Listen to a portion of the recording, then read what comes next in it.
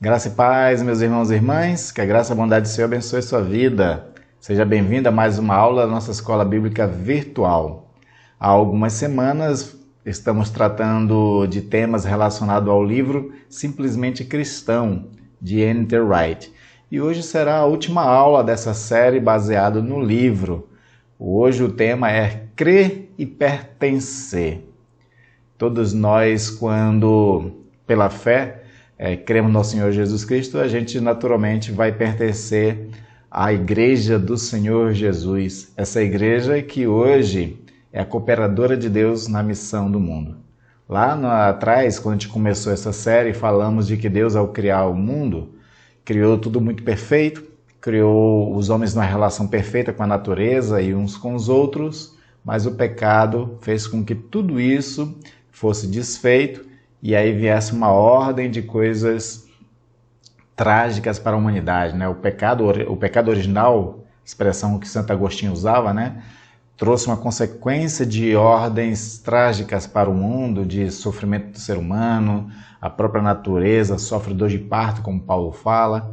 E aí, o tema da primeira aula era endireitar o mundo, ou seja, Deus resolveu criar um projeto para consertar esse mundo quebrado pelo pecado. E agora, nós temos que entender que a igreja tem um papel muito importante nessa missão de Deus, de restaurar a sua criação, de trazer salvação àqueles que foram perdidos pelo pecado, não é?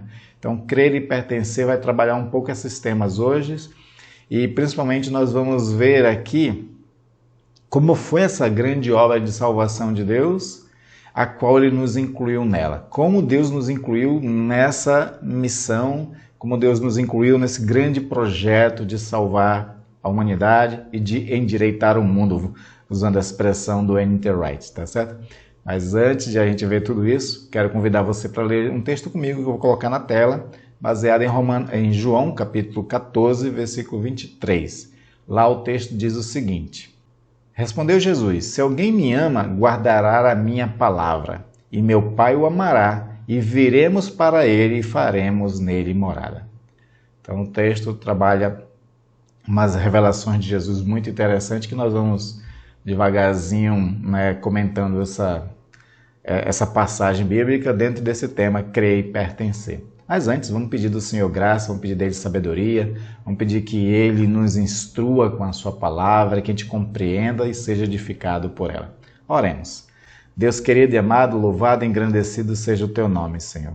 Obrigado, Deus, por tal amor que fez com que ao longo da história da humanidade uma obra de salvação fosse construída, fosse executada e viesse a se consumar na pessoa de Jesus Cristo, do qual todos nós que cremos agora somos beneficiados por tal projeto. Mas obrigado também porque tu nos dás a chance, o privilégio de participar desse projeto. E nessa aula nos ajuda a compreender a nossa participação em tudo isso, ó Pai. Pedimos a tua instrução, sabedoria do alto, pedimos que o próprio Espírito, aquela unção da qual João fala na epístola, esteja em nós, nos ensinando a respeito de todas as coisas. Pedimos tudo isso em nome de Jesus e para a glória dele. Amém. Amém. Então, o nosso texto de João 14, 23, Jesus coloca de que ao amarmos a ele, a gente ama a ele guardando a sua palavra, e aí acontece uma coisa conosco. O Pai nos ama e Jesus e o Pai vêm fazer morada. Claro que também não dá para excluir o Espírito Santo, porque Deus ele habita em nós através do seu Espírito. Então a Trindade vem fazer morada conosco, mas essa morada é uma morada muito significativa, muito importante, que nos dá uma condição de ser coparticipante da natureza divina, como já tratei em lições passadas, mas principalmente essa morada é para que Deus esteja no mundo fazendo a sua obra. Como Paulo diz aos Efésios, né, Deus operou através de mim, Deus opera através da igreja, Deus opera através de você. Então, nós temos que entender bastante isso. O crer nos leva a pertencer a algo muito maior do que nós. E pertencemos ao primeiro pertencimento que nós temos ao crer em Jesus Cristo é fazer parte da igreja do Senhor, dessa Assembleia de Santos, desse povo chamado por Deus para fazer a sua obra no mundo. E aí a pergunta que o N.T. Wright faz no seu livro, e que ele mesmo vai responder é: o que é a igreja? Né? O que é essa igreja a qual nós pertencemos? Qual a tarefa dela neste mundo? Né? Quais são as características dela? Quais são as imagens bíblicas que se pode usar para falar dessa igreja? Então, a primeira definição que ele dá no livro dele sobre o que é a igreja, eu vou colocar aí na tela para você também acompanhar a leitura comigo. Ele diz o seguinte: igreja é a família multiétnica prometida por Deus Criador a Abraão. Ela, a igreja, né, foi criada através de Jesus, o Messias de Israel, fortalecida pelo Espírito de Deus e chamada para levar a toda a criação a boa nova de que a justiça de Deus nos resgatou. Então esse conceito que o N.T. Wright dá é muito abrangente, né? Tá resumido, mas fala muita coisa. Ele diz que é uma família multiétnica, né? Ele está dizendo aqui que foi também uma família prometida por Deus a Abraão. Essa família, ela foi consumada, bem estabelecida na pessoa de Jesus Cristo, ou seja, ela foi criada através de Jesus, na sua morte e ressurreição. Ela é fortalecida pelo Espírito Santo de Deus e vocacionada, ou seja, chamada para levar toda a criação à boa nova da justiça que Deus estabeleceu em Jesus Cristo, a qual nos resgata. Então, basicamente, esse conceito ele permeia o todo do que é a igreja. Mas vamos usar algumas imagens que o próprio N.T. Wright dá no seu livro a respeito da igreja. Porque, como eu falei, Deus está fazendo uma grande obra de restauração. A igreja é chamada pela fé a obedecer e a servir nessa obra. E aí, então, tem algumas imagens que vai nos ajudar a compreender basicamente isso. A primeira imagem, muito importante, sobre a igreja e sobre a obra de Deus no mundo, tem a ver com a família. Família que Deus prometeu a Abraão. Quando Deus chama Abraão, diz: de ti farei, né, que todas as famílias da terra sejam abençoadas. Te darei uma descendência, e nessa descendência, a partir dessa descendência, muitas famílias da terra serão abençoadas. Essa é uma promessa que Deus fez. E de fato, o próprio Abraão, ele teve uma família, ele teve uma descendência, ele teve Isaac, Isaac teve Jacó, Jacó teve os 12 filhos, né, que vão compor ali a nação judaica, que é um povo de propriedade escolhida por Deus, libertado do Egito para ir para Canaã, e ali começar como nação, né, ela ser essa luz para todos os povos. Então começa de fato com Abraão, mas não finaliza nele. E nós vamos vendo ainda dentro dessa antiga aliança, andando junto com essa promessa que Deus faz a Abraão, já Deus agregando outras pessoas a título de exemplo de que Deus estava realmente fazendo um projeto muito maior do que só a descendência biológica de Abraão. E nós vamos ver isso, por exemplo, na própria época de Abraão, quando uma figura surge e a Bíblia dizendo que essa figura é um sacerdote do Deus Altíssimo, que é o Melquisedeque. Ou seja, Deus é salvador não só de Abraão e dos seus filhos biológicos. Deus é salvador de todo aquele que nele crê. E aí Melquisedeque é essa pessoa que está ali presente já para poder nós compreendermos de que alguma coisa que Deus está fazendo extrapola uma etnia, fazendo com que a sua família, a família da fé, seja multiétnica. E aí mais para frente nós vamos ver também quando Israel, né, libertada do Egito, caminhando 40 anos no deserto e chegando a Canaã, uma pessoa de Canaã também se agrega a essa família, que é Raabe.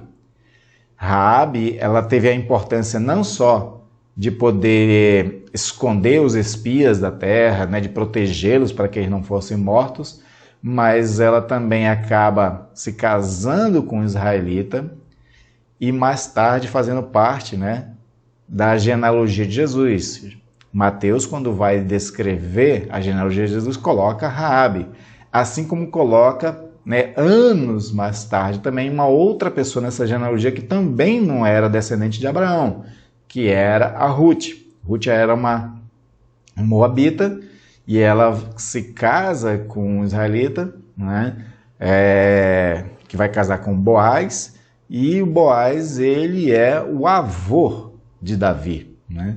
Então Ruth, né, ela que gera descendência de Jesus Cristo, né, aquele que será, né, o antecessor de Jesus, o Davi. Então você vê essas figuras entrando, são os agregados. Já é Deus anunciando que é para todas as famílias da terra, né? Deus vai pegar a pessoa das famílias da terra para preencher a sua família, a família que vai ter a mesma fé de Abraão, a qual Paulo tanto descreve em Romanos capítulo 4 e capítulo 5, onde Abraão ele se torna não só pai dos judeus, mas ele se torna pai de todo aquele que tem a mesma fé que ele teve, só que agora a fé na pessoa de Jesus Cristo. Abraão teve fé na promessa de Deus, e agora todos nós, para fazer parte dessa família, né, temos que ter fé na pessoa de Jesus Cristo. E assim, todos aqueles que creem, a esses, né, João capítulo 1, versículo 12, eu estou citando agora. A todos que creem, Deus deu-lhes o poder de serem feitos filhos de Deus, a saber, todos que creem no seu nome. A partir da fé em Jesus Cristo, nós recebemos o poder de sermos filhos de Deus, através de uma adoção, que Paulo explica em Gálatas capítulo 3. Ele explica essa adoção, não é? Em que o Senhor faz através de um descendente.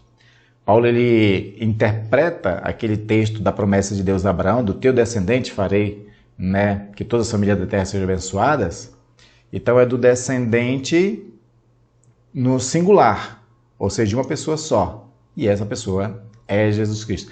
É em Jesus Cristo que nasce de fato a verdadeira família de Deus. É em Jesus Cristo que todos nós podemos ser chamados de filhos de Deus e fazer parte de uma grande família multiétnica, multicultural, onde existem todas as belezas das raças, não é? Compondo essa família abençoada, essa família redimida por Deus. A diferença da família cristã, né, para qualquer outra, é que essa família, a família de Deus, é uma família redimida pelo Senhor Jesus Cristo, prometida por Deus desde Abraão. Então essa é a primeira figura, né? E dentro dessa figura de linguagem, de família, sendo a igreja como família de Deus, a igreja como esse povo escolhido de Deus, onde vai ganhar uma natureza divina por conta da fé em Jesus Cristo, essa família ela recebe a mesma incumbência de Adão, de crescer e se multiplicar, de alargar as tendas. Tem um texto dos profetas que fala sobre isso, né? Alarga tuas tendas e fica bem as estacas. A tenda ela era uma figura de linguagem para falar da casa, onde habitava ali, né, um clã, uma família. E alargar a tenda quer dizer que mais pessoas vão morar na mesma casa. E é interessante que o Novo Testamento, principalmente no texto de Atos dos Apóstolos, vai se referir à igreja como uma casa. Por exemplo, quando diz que a igreja se reunia na casa fulano de tal, era uma família cristã, uma família de filhos de Deus se reunindo numa casa, e aquela família estava unida por laços de fé, né? É interessante, a expressão lá do grego é oikos, né? Então o oikos virou um sinônimo de igreja. Uma igreja que se reunia numa casa. E essa casa virava o espaço que o evangelho ia gerar outros filhos também, quando as pessoas convidavam para participar da mesma casa. Aí aqui eu lembro de uma passagem lá do Êxodo, quando Deus estabelece a Páscoa, né? Aí Deus mandava que os pais de famílias separassem um cordeiro de 1 ano sem mácula, sem mancha, sem defeito nenhum, para ser, né, o alimento pascal. E aí a expressão de Êxodo lá, né, dizia o seguinte, Êxodo capítulo 12, né? dizia que se o cordeiro fosse grande para uma família, que se convidasse os vizinhos para comer do mesmo cordeiro. Da mesma forma, a igreja, como a casa, como o oikós da família da fé, ela tem o cordeiro, que é o cordeiro de Deus que tira todo o pecado do mundo, que é grande demais para uma pequena família. Então, nós somos desafiados, através dessas simbologias, a convidar as pessoas para poder também comer do cordeiro e participar dessa Páscoa, que é uma Páscoa agora em Cristo salvadora, uma Páscoa libertadora, que nos tira do poder das trevas, que nos liberta do pecado, que nos liberta da escravidão do diabo, né? Então essa família, ela tem uma tarefa de crescer e se multiplicar, de fazer com que o cordeiro seja, participado com outras pessoas também. É muito simbólico, muito importante compreendermos que somos família de Deus. Que privilégio é sermos famílias de Deus. E como família de Deus, poder gerar filhos e filhas para o Senhor, filhos e filhas espirituais, discipuladas, consolidadas na fé em Jesus Cristo. Aí a segunda imagem que nós vamos ter sobre a igreja na Bíblia, que também nos chama para essa vocação de participar de um projeto de Deus, a primeira imagem fala desse projeto de Deus de constituir famílias para ele, começando com Abraão e consumando na pessoa de Jesus Cristo, e que vai até hoje, até hoje a igreja tem essa tarefa de, como família, trazer mais pessoas. A segunda imagem é a da videira, baseada lá em João capítulo 15, quando Jesus diz: eu sou a videira verdadeira, meu pai é o viticultor e vocês são os ramos. Então Jesus traz a ideia da igreja como uma grande videira, uma videira que ele o sustentador, o sustentáculo dessa videira para os ramos. Nós somos os ramos e nós devemos produzir fruto, porque o viticultor, que é Deus, ele tem duas tarefas, naquela figura de linguagem que Jesus usa. A primeira tarefa de Deus é podar para que os ramos que estão produzindo frutos produzam mais fruto ainda. Ou seja, nessa segunda imagem da videira e os seus ramos, nós temos a tarefa de frutificar. Porque se não frutifica, Deus vem com a segunda tarefa dele, que é cortar e lançar fora. Então ele corta fora um ramo não frutífero e lança fora. E aí Jesus diz da importância de permanecer nele. E como é que a gente permanece em Jesus? Obedecendo. Aqueles que obedecem os meus mandamentos, obedecem minhas palavras, eles permanecem em mim e eu nele. E quem permanece em mim dá muitos frutos, porque sem mim nada podeis fazer. Ele diz isso em João capítulo 15, dos versículos 3 em diante. Sem Jesus nada podemos fazer, então a gente tem que permanecer na videira. Temos que ser o ramo frutífero. E essa expressão ramo frutífero é bem interessante, porque é uma expressão que Jacó usa a respeito de José. Dos 12 filhos de Jacó, dentro daqueles relatos que nós temos ali do Gênesis, parece que José foi o mais frutífero, o mais produtivo, o que mais rendeu entre todos eles. E é interessante porque Jacó, no capítulo 49 de Gênesis, ele usa essa expressão de que José é um ramo frutífero, ramo que sobe, cresce e passa do muro ou das cercas, produzindo os seus frutos, Então, o José, ele tem essa conotação dada por Jacó, e Jacó está fazendo ali uma bênção e profecia sobre os seus filhos todos, O capítulo 49 de Gênesis é as bênçãos e as profecias de Jacó para os seus filhos. E José, esse é o único que é o ramo frutífero de todos os 12. Da mesma forma, a igreja tem que ser esse ramo frutífero, produzindo para o reino de Deus. Frutificando para o reino de Deus, frutificando com os frutos espirituais que Paulo fala em Gálatas capítulo 5, mas frutificando também filhos para a fé, frutificando mais sementes para que o reino cresça e se expanda para outros lugares.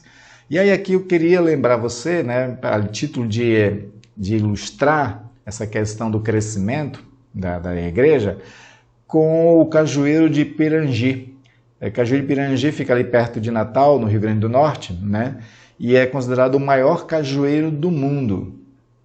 E é interessante como é que foi crescendo.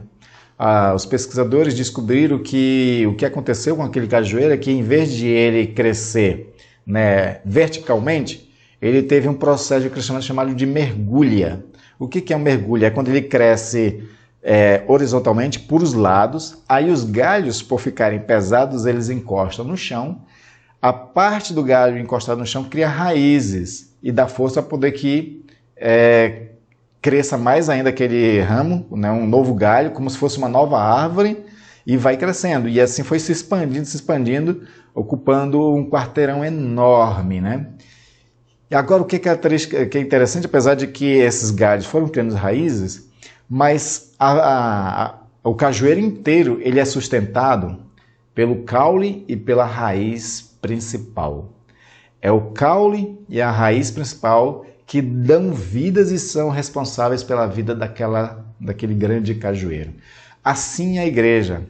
Ainda que a igreja se expanda, os seus ramos se expandam, produzindo frutos, e esses frutos, com suas sementes, produzindo mais outras, né?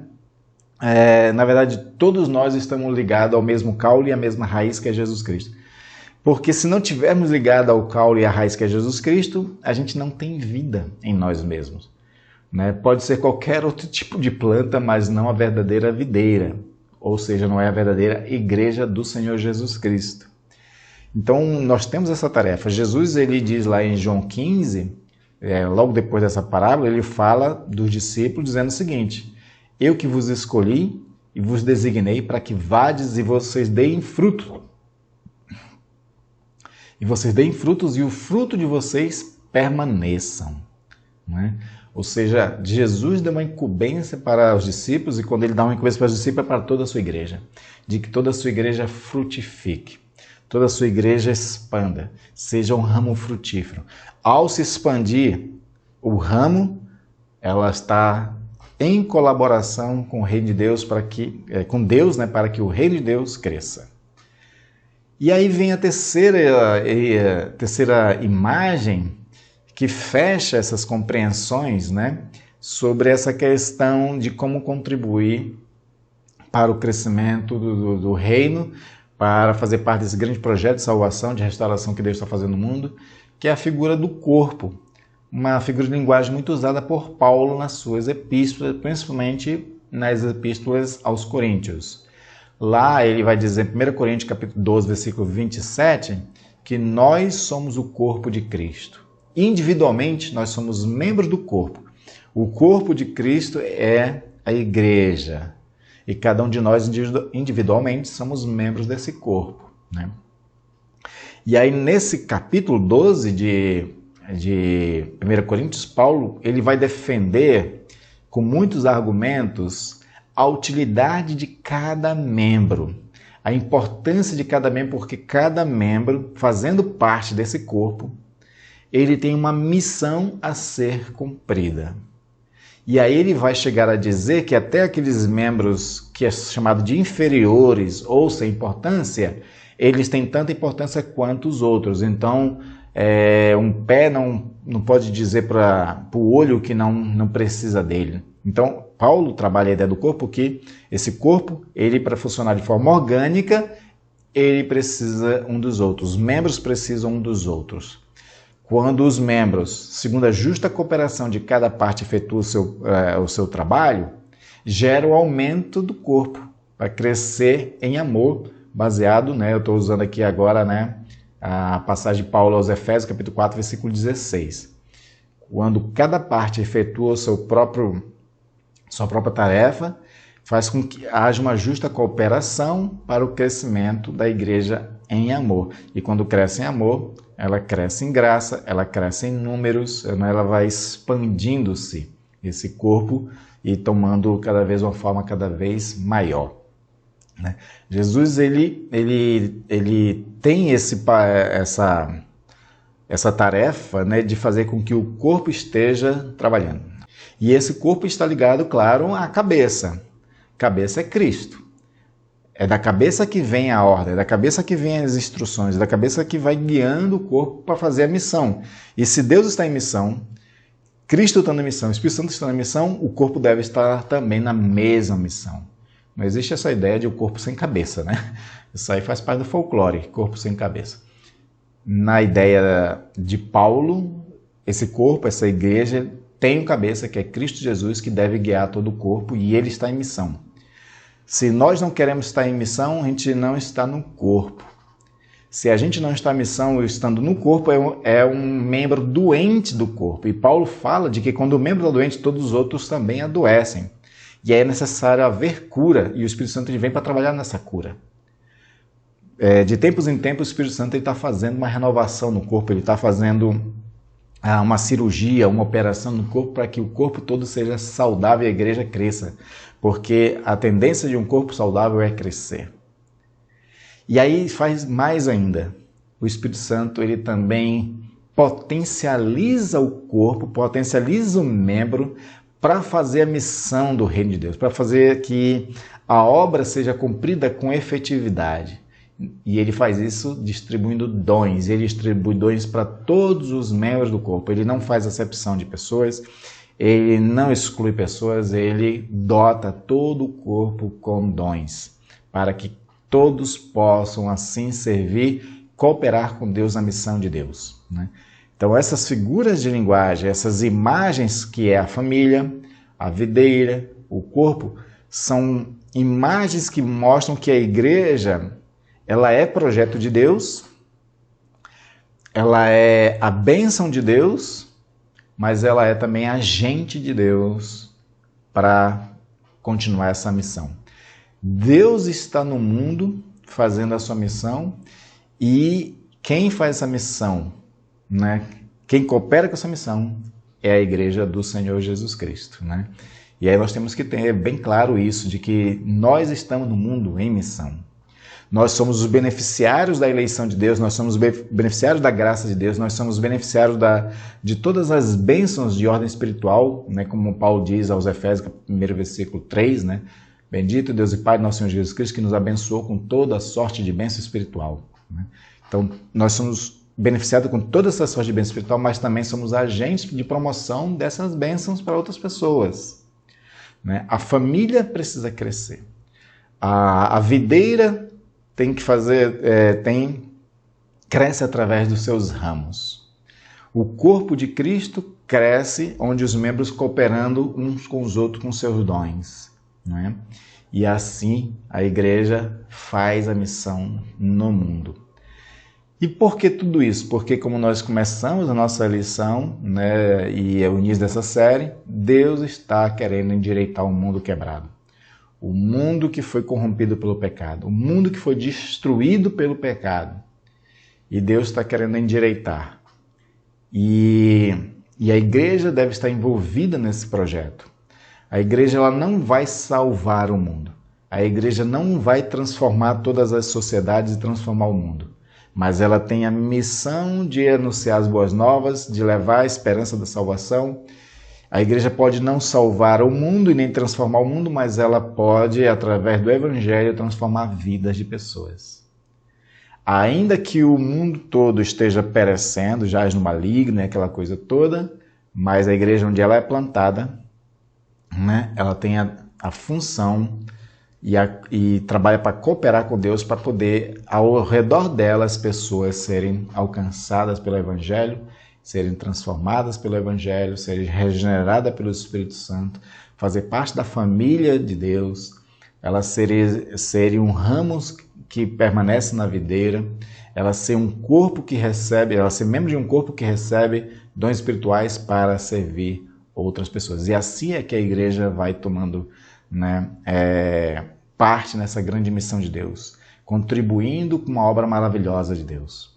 Eu me lembrei agora de uma passagem lá de Neemias. Neemias ele estava com aquela árdua tarefa de reconstruir os muros de Jerusalém, né? E enquanto ele estava lá na obra, chega lá o Sambalate, os Tobias, os opositores dele, e chama ele para conversar, né? Porque eles eram os opositores de Neemias e todo aquele projeto. Aí Neemias responde lá de cima, de onde ele está, para essas pessoas assim: como eu posso descer se eu estou fazendo uma grande obra? Jesus Cristo, ele ascendeu na cruz para fazer uma grande obra. E a igreja que ressurge na ressurreição de Jesus Cristo, ela está fazendo uma grande obra no mundo. Ela não pode descer de nível, ela não pode se esvaziar da sua missão, ela não pode negar a sua missão. A igreja, ela está fazendo uma grande obra com Deus. Então, se a igreja está doente, não fazendo a missão, ela tem que se consagrar, jejuar, orar, pedir de Deus para que o Espírito promova cura na membresia, cura naquela parte do corpo doente, para que assim o corpo saudável continue organicamente fazendo a sua obra, né? Porque a igreja, ela tem que ser viva, tem que ser eficaz, assim como o seu Cristo é. A igreja, ela recebeu, e aí voltamos agora, né, ao primeiro versículo que nós lemos, lá de João 14, 23. A igreja, ela foi chamada por Jesus Cristo, ela foi criada por Jesus Cristo, para amar Jesus Cristo, para guardar a palavra de Jesus Cristo e fazer a sua obra, né? Aí o Pai vem a nós, né? Jesus vem a nós, o Espírito Santo vem a nós, fazem morada em nós e em nós, né, sai para atuar neste mundo fazendo a missão. Então, para a gente resumir tudo o que nós falamos aqui, né, a fé nos constitui família de Deus. A obediência nos coloca e nos faz permanecer na videira verdadeira. E o serviço faz com que a gente seja um membro do corpo de Cristo útil na obra do Senhor.